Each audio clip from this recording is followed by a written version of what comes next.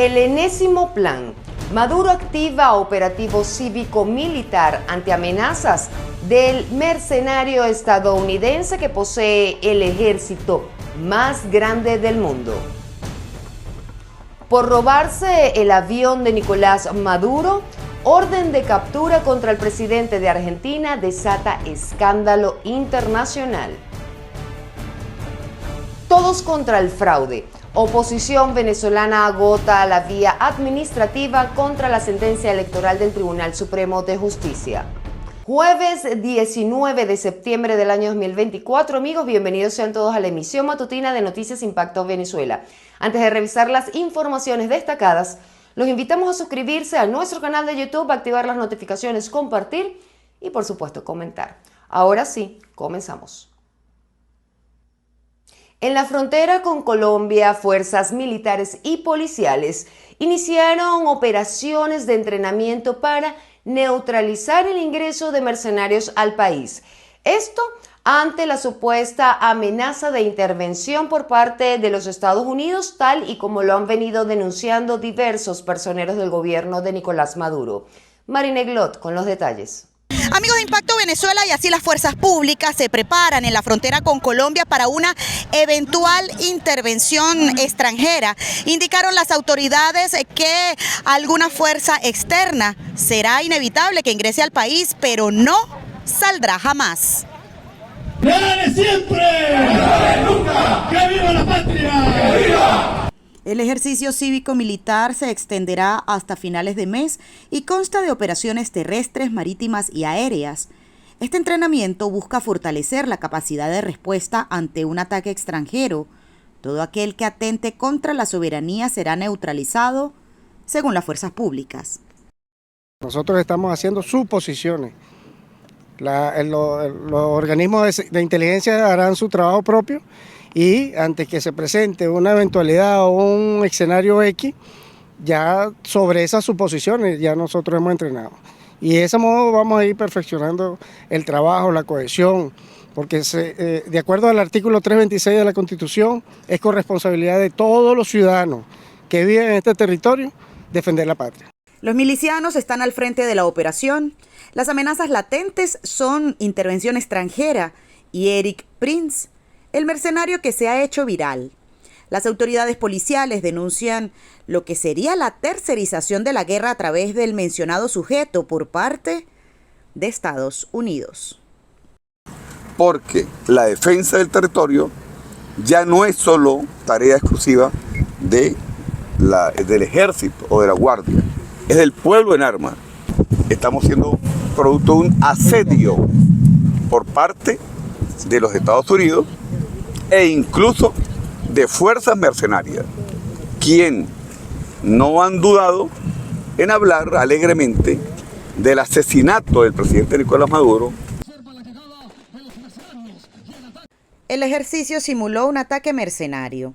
Se activó el plan de defensa del territorio, se procedió a bloquear los puentes internacionales y se evaluó el tiempo de respuesta. En Táchira, Marine Glot, Somos Impacto, Venezuela. Es momento de la pregunta del día, amigos. Ya saben que de lunes a viernes la publicamos en todas nuestras plataformas digitales. Nosotros en Impacto Venezuela queremos interactuar con ustedes y los estamos leyendo. La de hoy es la siguiente. No es la primera vez que el estadounidense Eric Prince se refiere a Nicolás Maduro con intenciones de derrocarlo, pero ahora, a través de la campaña denominada Ya Casi Venezuela, ha comenzado a recolectar fondos que todavía no se sabe estratégicamente para qué.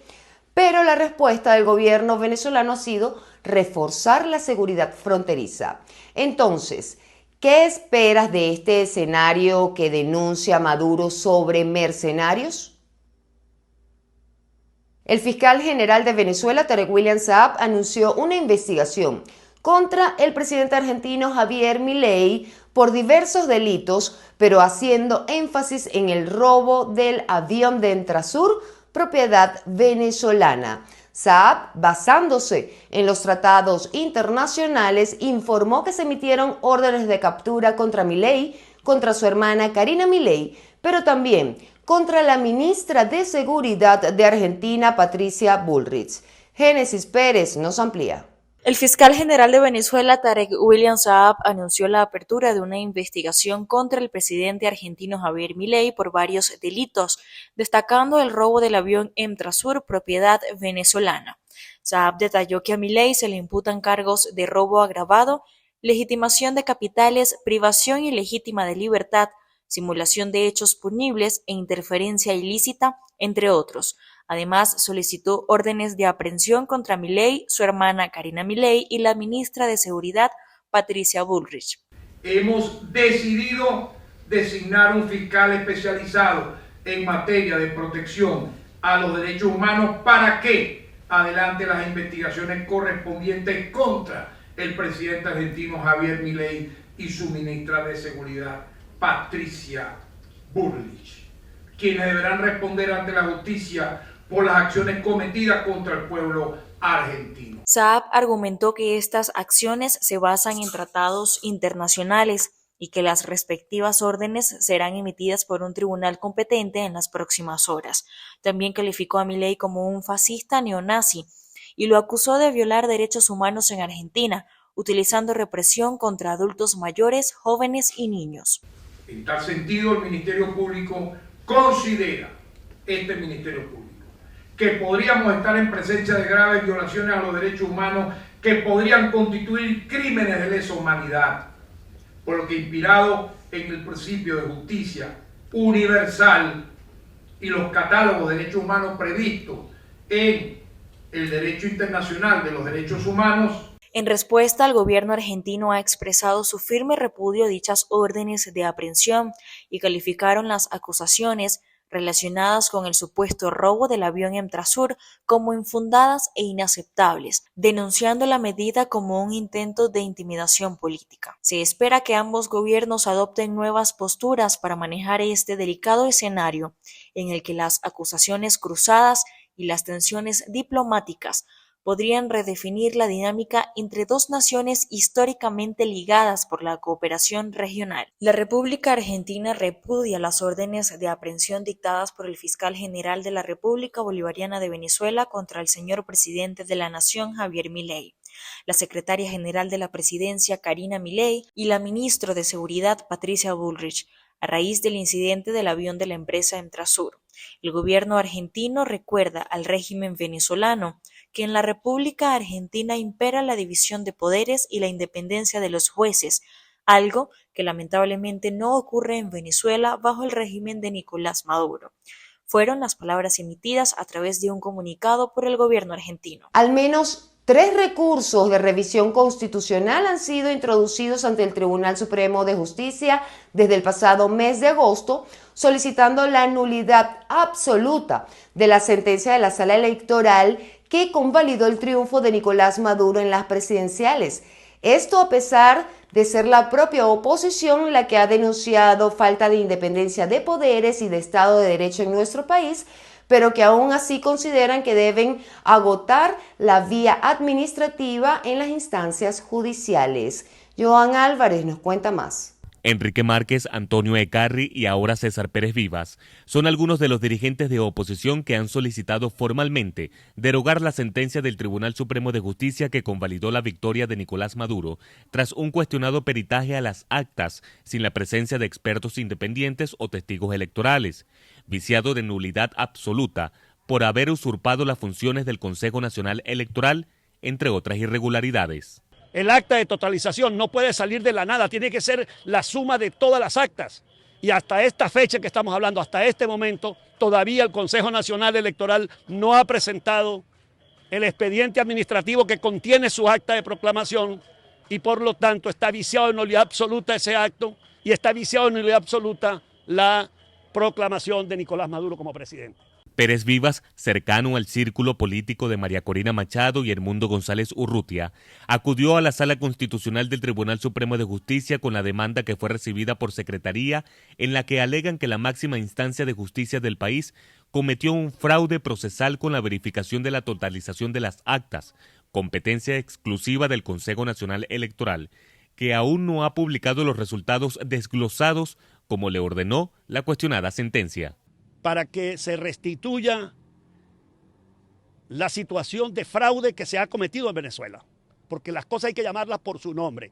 Estamos frente a un fraude a la Constitución, pero fraude también en la sumatoria de las actas de votación, y es tan grave el fraude que a esta fecha no han presentado las actas. En compañía de un grupo de abogados también fue consignado un recurso de amparo cautelar contra la sentencia para que sean suspendidos de inmediato todos sus efectos relativos a la adjudicación y proclamación de Nicolás Maduro. Y esta solicitud de amparo cautelar sí debe ser examinada en forma inmediata por la Sala Constitucional y debe acordarse la medida de protección constitucional solicitada, que no es otra cosa que la suspensión de los efectos de la sentencia y la suspensión de los efectos del acto de totalización, adjudicación y proclamación del Consejo Nacional Electoral, porque estos no existen. Acción que se llevó a cabo en simultáneo a la denuncia del ex candidato Edmundo González Urrutia sobre una coacción del gobierno para que firmara una carta de reconocimiento a la sentencia del Tribunal Supremo de Justicia, sin validez jurídica, según los abogados presentes. Desde Caracas, Joan Álvarez, Somos Impacto Venezuela. El abogado de Edmundo González Urrutia, José Vicente Haro, informó la noche de este miércoles que el líder opositor no va a emitir ningún comunicado respondiendo a los señalamientos del presidente de la Asamblea Nacional, Jorge Rodríguez, sobre el documento que firmó reconociendo el fallo del Tribunal Supremo de Justicia sobre los resultados de la elección presidencial. Según Haro, prácticamente a González lo obligaron a elegir entre exiliarse o ir a la cárcel. Es un documento que tiene un vicio de consentimiento y que acarrea la nulidad absoluta de ese documento. Se le dieron prácticamente las opciones o de salir por la vía del asilo o de ir privado de libertad. La última vez que hablamos, a las 6 de la mañana del día sábado, yo sí lo vi bajo mucha presión, bajo una situación de coacción, bajo una situación de apremio, con pocas posibilidades de hablar. Incluso fue una videollamada donde yo veo que es una persona que está quebrada psicológicamente, anímicamente, y que no puede gozar de lo que se llama el libre albedrío. Reafirma su compromiso con la causa, la lucha por el restablecimiento de la democracia en Venezuela. Don Edmundo González Urrutia no va a emitir comunicado alguno, pronunciamiento alguno sobre esas consideraciones que hizo el presidente de la Asamblea Nacional, Jorge Rodríguez. Hay que resaltar que don Edmundo González Urrutia está poco menos que sorprendido por las fotos que sin su consentimiento se tomaron en la sede de la Embajada de España en Caracas, en Venezuela. Seguimos con más en Impacto Venezuela a través de nuestra sección Impacto en 60 segundos. Amigos, no se despeguen de nuestra pantalla. Urgen al canciller español dar explicaciones sobre documento firmado por González. Representantes en el Congreso por el Partido Popular de España exigieron al ministro de Exteriores de ese país, José Manuel Álvarez, aclarar las acusaciones del líder opositor venezolano Edmundo González Urrutia, quien reveló que firmó bajo coacción un documento del gobierno de Nicolás Maduro y que también aclare si España le concedió asilo político luego de ser presuntamente chantajeado. Por otra parte, María Corina Machado agradeció al Senado español por haber aprobado una moción que insta al gobierno de Pedro Sánchez a reconocer a González como presidente electo de Venezuela.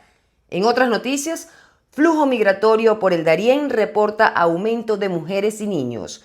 Según un informe del Servicio Jesuita para Migrantes de Costa Rica, el tránsito de migrantes a través de El Darién continúa sin cesar, incrementando el paso de mujeres y niños. El comunicado indica que la mayoría de las personas que caminan por la selva siguen siendo venezolanos, quienes se van de su país de origen principalmente por la crisis postelectoral que ha sido denunciada por organizaciones de derechos humanos. Jueves 19 de septiembre del año 2024, amigos, bienvenidos sean todos a la emisión matutina de Noticias Impacto Venezuela.